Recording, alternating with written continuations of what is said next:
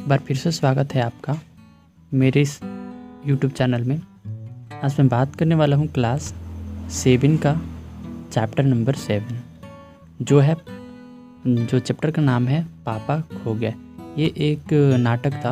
अगर आप लोग मेरे इस YouTube चैनल पर पहली बार आए हैं तो चैनल को सब्सक्राइब ज़रूर कर लें। अगर इसका मैंने जो इसका एक्सप्लेन किया है, चैप्टर को एक्सप्लेन किया, वो आप नहीं देखे हैं तो मैं इस वीडियो के डिस्क्रिप्शन में लिंक दे दूंगा, वहां से जाकर आप लोग देख सकते हैं। तो चलिए आज हम लोग देखेंगे इसका प्रश्न अभ्यास। तो पहला जो प्रश्न है हमारा पहला, वो है नाटक में आपको सबसे बुद्धिमान पात्र कौन लगा और क्यों लगा, उसके बारे में लिखना है। देखिए आंसर, नाटक में सबसे बुद्धिमान पात्र कौवा है।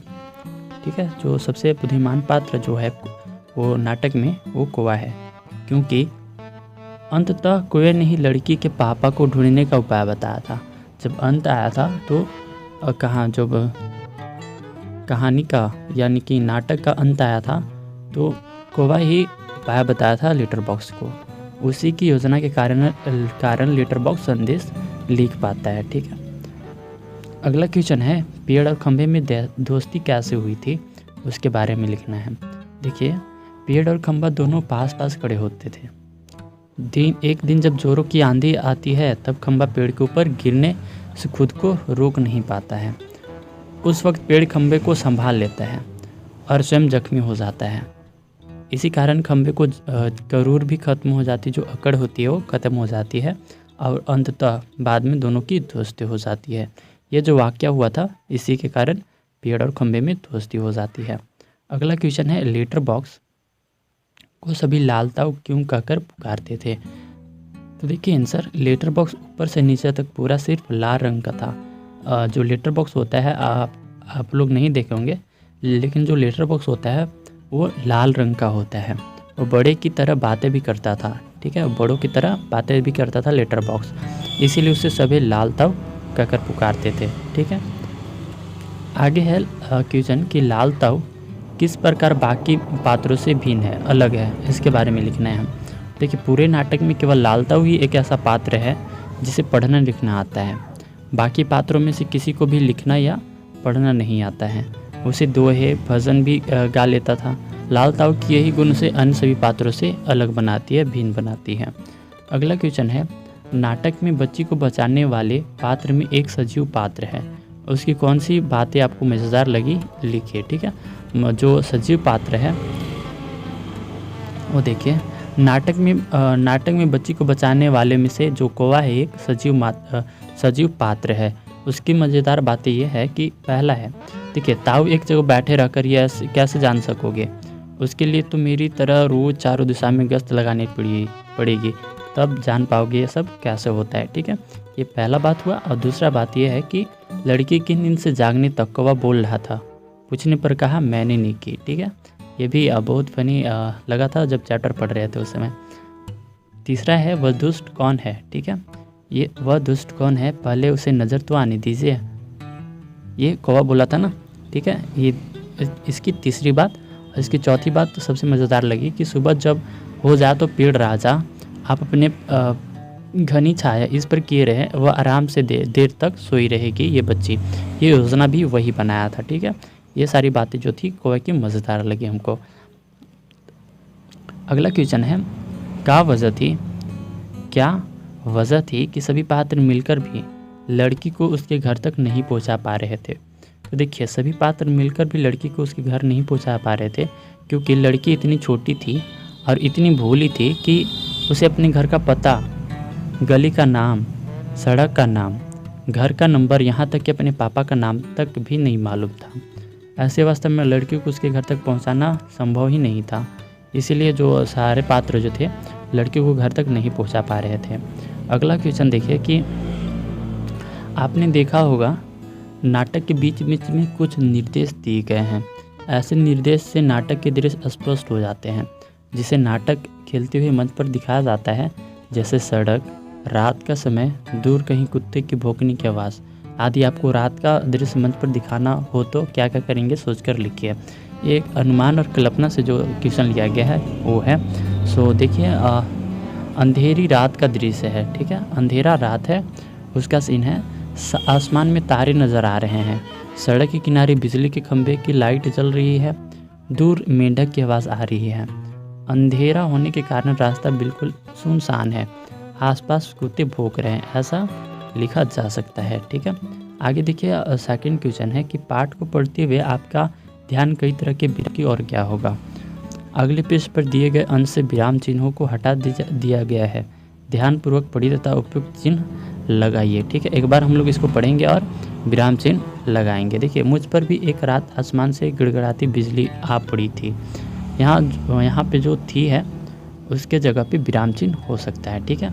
यहाँ जो थी है वहाँ पे विराम चिन्ह हो रहा है।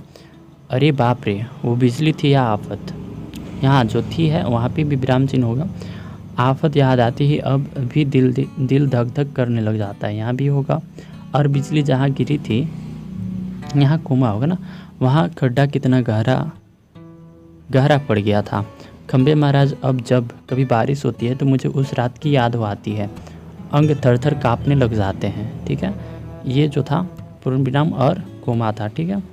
आगे देखिए क्वेश्चन अगला है कि अनुमान और लगाइए कि जिन समय बच्चे को चोर उठाया होगा वह किस स्थिति में होगी। क्या वह पार्क मैदान में खेल रही होगी या घर से रूठकर भाग गई होगी या कोई अन्य कारण हुआ होगा, ठीक है, जिसे जो बच्चा उठाने वाला जो था वो उठा लिया उसको। देखिए नाटक पढ़कर ऐसा लगता है जिस समय चोर ने बच्चे को उठाया वह गहरी नींद में सो रही होगी। तभी तो चोर कहता है, अभी थोड़ी देर पहले घर से ये लड़की उठाई है मैंने, गहरी नींद सो रही थी, मैंने इसे थोड़ी बेहोश की दवा जो दी है। यदि यह पार्क में मैदान में उठाया जाती तो वो चुराने पर लड़की चीखती और चिल्लाती, पर नाटक में ऐसा किसी घटना को उल्लेख नहीं किया गया है। अगला क्वेश्चन है कि नाटक में दिखाई गई घटना को ध्यान में रखते हुए यह भी बताइए कि अपनी सुरक्षा के लिए आजकल बच्चे क्या क्या कर सकते हैं। संकेत के रूप में नीचे दिए गए उपाय सुझाए जा रहे हैं, आप इनसे कुछ और उपाय लिखिए। देखिए पहला जो उपाय है वो है कि समूह में चलना, ऐसा भी कर सकते हैं। एकजुट होकर बच्चा उठाने वाला किसी घटना का विरोध करना, ये भी कर सकते हैं। अनजान व्यक्तियों से सावधानीपूर्वक मिलना, ये भी कर सकते हैं। तो चलिए देखते हैं इनको यूज़ करके हम लोग क्या बनाया है। देखिए यहाँ पे कि नाटक की इस घटना को ध्यान में रखते हुए बच्चों को कभी भी अकेले नहीं चलना चाहिए, हमेशा अपने माता पिता या किसी परिचित व्यक्ति, जो परिचित यानी कि जो व्यक्ति जान पहचान के हो, उसके साथ ही चलना चाहिए। कोई अपरिचित व्यक्ति अगर जबरदस्ती करे या किसी तरह के प्रलोभन दे तो उसका विरोध करना चाहिए, जैसे चीखकर या चिल्लाकर लोगों की सहायता मांग लेनी चाहिए, ठीक है। ऐसा करके हम लोग बच्चा उठाने वाले से हम लोग बच सकते हैं। आगे देखिए क्वेश्चन फर्स्ट है, अपने अपने घर का पता लिखिए तथा चित्र बनाकर वहां पहुंचने का रास्ता भी बनाइए, ठीक है। आप लोग कमेंट में ज़रूर बताइएगा कौन कौन ये क्वेश्चन किए हैं, ठीक है। अगला क्वेश्चन देखिए, मराठी से अनुदित इस नाटक का शीर्षक पापा खो गए क्यों रखा गया होगा। अगर आपके मन में कोई दूसरी शीर्षक है तो सुझाइए और साथ में कारण भी बताइए क्यों रखेंगे। तो चलिए देखते हैं आंसर इसका। लड़की को अपने पापा का नाम पता कुछ भी मालूम नहीं था। इधर आसपास में बातें करने पर भी इसकी कोई जानकारी नहीं मिलती है। तब सभी पात्र एकजुट होकर लड़की के पापा को ढूंढने की योजना बनाते हैं। संभवतः इसी कारण इसे नाटक का शीर्षक पापा खो गए रखा गया होगा। लेकिन प्रस्तुत नाटक में लड़की अपने पापा से अलग होकर खो जाती है। यहाँ पे क्या हो रहा है, लड़की खो जाती है। नाटक की अधिकांश भाग में लड़के के नाम पते की जानकारी इकट्ठा करने की कोशिश की जाती है, अतः पाठ का नाम लापता बच्ची रखना अधिक उपयुक्त लगता है, ठीक है। इसका शीर्षक लापता बच्ची भी हो सकता है, ठीक है। अगला क्वेश्चन देखिए, क्या आप बच्ची के पापा के खोजने का नाटक से अलग कोई तरीका बता सकते हैं। जो भी नाटक में तरीका बताए गए हैं उससे हटकर कोई तरीका बता सकते हैं। तो देखिए, बच्ची को पुलिस स्टेशन ले जाकर उसके खो जाने की रिपोर्ट लिखवाना चाहिए, ठीक है। ये पहला प्राथमिक दर्जा FIR करवा देना चाहिए। अगला है, इससे पुलिस उसके पापा को ढूंढकर बच्ची को उसे सौंप देगी। तो आशा करता हूँ कि ये वीडियो आपको कुछ ना कुछ लाभ प्रदान किया होगा। अगर आप लोग मेरे इस YouTube चैनल पर पहली बार आए हैं तो चैनल को सब्सक्राइब जरूर कर लीजिएगा मैं इसी तरह का कंटेंट अपने इस यूट्यूब चैनल पर डालते रहता हूँ। मैं मिलता हूँ आपसे अगले वीडियो में, तब तक के लिए धन्यवाद।